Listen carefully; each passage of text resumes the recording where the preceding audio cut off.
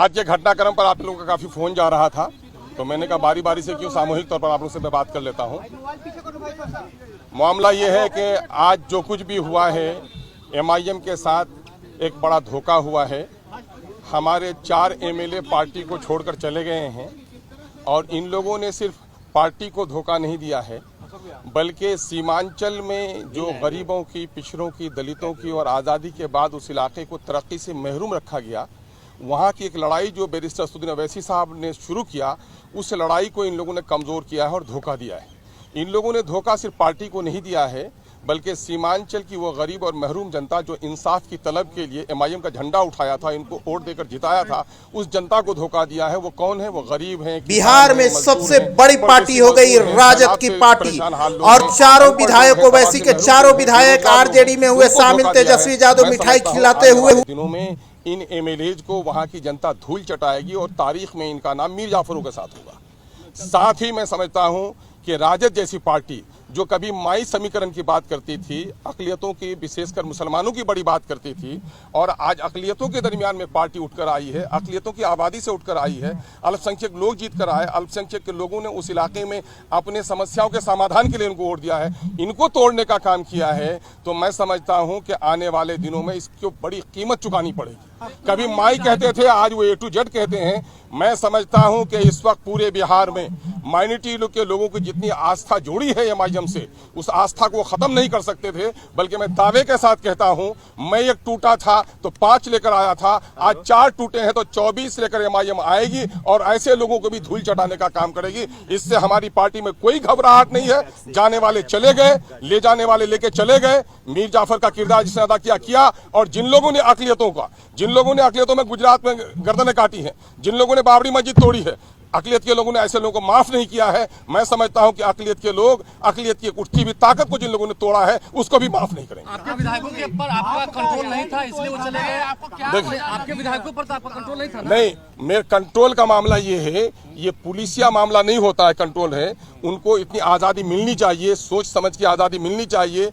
जो भी बंधन यहाँ पर होता है नैतिक बंधन होता है, और नैतिक बंधनों को तोड़ने वाले वो मैं समझता हूँ कि सबसे बड़े पापी होते हैं। लेकिन ये नहीं ले रहे थे, इस वजह से वो भागे। आप किस चीज का स्टैंड नहीं लिया? हमें से अक़लियतों का स्टैंड ले लिया, दलितों का स्टैंड ले लिया। और मैं समझता हूँ कि पिछले इजलास जितने सेशन हुए हैं, गवाह होगा कि अक़लियतों और पिछड़ों के जितने मुद्दों को और सीमांचल के जितने मुद्दों को MIM ने मजबूती से उठाया है, और तमाम तर विधायकों को जो हिस्सेदार बनाया है, तमाम तर विधायकों को जो बोलने का मौका दिया है, जो परामर्श किया है। दूसरी पार्टियों में गए हैं, हम लोग रहे भी हैं, दूसरी पार्टियों में हैसियत है तलवा चाटने की। MIM है जो मान सम्मान की बात करती है। अगर कुछ लोगों को ऐसा ही मामला है, सीमांचल का विकास क्यों नहीं हुआ? सीमांचल से इसी नेचर के लोग जीत कर आए जो पार्टी का तलवा चाटते रहे और सीमांचल के मुद्दे की लड़ाई नहीं लड़े।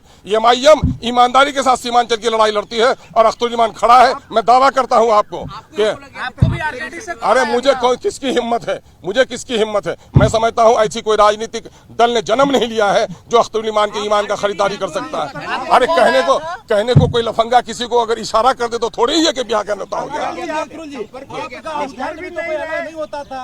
आपकी पार्टी का हाउस के बाहर स्टैंड क्या स्टैंड अलग नहीं है? सवाल ये पैदा होता है कि बिहार के अक़लियतों के, बिहार के पिछड़ों के लिए जो बात हमने की है, सीमांचल के हक और इंसाफ की हमने बात की है। सीमांचल में वो तमाम तर विधायक जिनकी बस्तियां कट रही हैं, जहाँ सैलाब का कहर है, जहाँ पुल नहीं बना, सड़क नहीं बना, स्कूल नहीं बना, हॉस्पिटल नहीं बना, रोजगार का मौका नहीं आया, वो स्टैंड कोई साथ दिया क्या? उस स्टैंड में MIM सब लोग साथ थे क्या? दूसरी पार्टियां थी क्या? हाँ, जो कॉमन मामला था, अभी मामला आया अग्निपथ का मामला कॉमन इशू है, कॉमन इशू में हमने भी पार्टी का साथ दिया। लेकिन जहां तक सीमांचल के मुद्दे रहे, सीमांचल के मुद्दे में पार्टी कभी पीछे नहीं रही है, और मैं समझता हूं किसी पार्टी ने सीमांचल की इतनी वकालत नहीं की है जितना अल्प अवधि में MIM ने की है। लेकिन आपको अंदेशा नहीं था अख्तरुल जी? अब भाई ये मुंगेरी लाल के सपने हैं। मैं समझता हूं कि विचारों की लड़ाई लड़ने वाले अवसरवाद की राजनीति नहीं लड़नी चाहिए। अब ये उम्मीद पालते हैं उनसे पूछिए, लेकिन मैं जनता की लड़ाई लड़ता हूं, सड़क से सदन तक। सड़क में हमारी लड़ाई और मजबूत होगी। सदन में भले ही हमारी संख्या घटी है, हम सदन के संख्या घटने से नहीं घबरा रहे हैं। मैं समझता हूं कि बिहार की जनता इस हादसे से और रिएक्शन के साथ हमारे साथ आएगी। जी, मुझे किसी के फोल्डर की जरूरत नहीं है। मैं मंत्रालय का ख्वाब भी नहीं देखता, और मैं कोई अपनी जाती फायदे के लिए राजनीति भी नहीं करता। मैं तो सीमांचल की लड़ाई लड़ने आया हूं। बिहार के दबे कुचले अकलियतों की, पिछड़ों की, शोषितों की, वंचितों की आवाज बनकर आया हूं।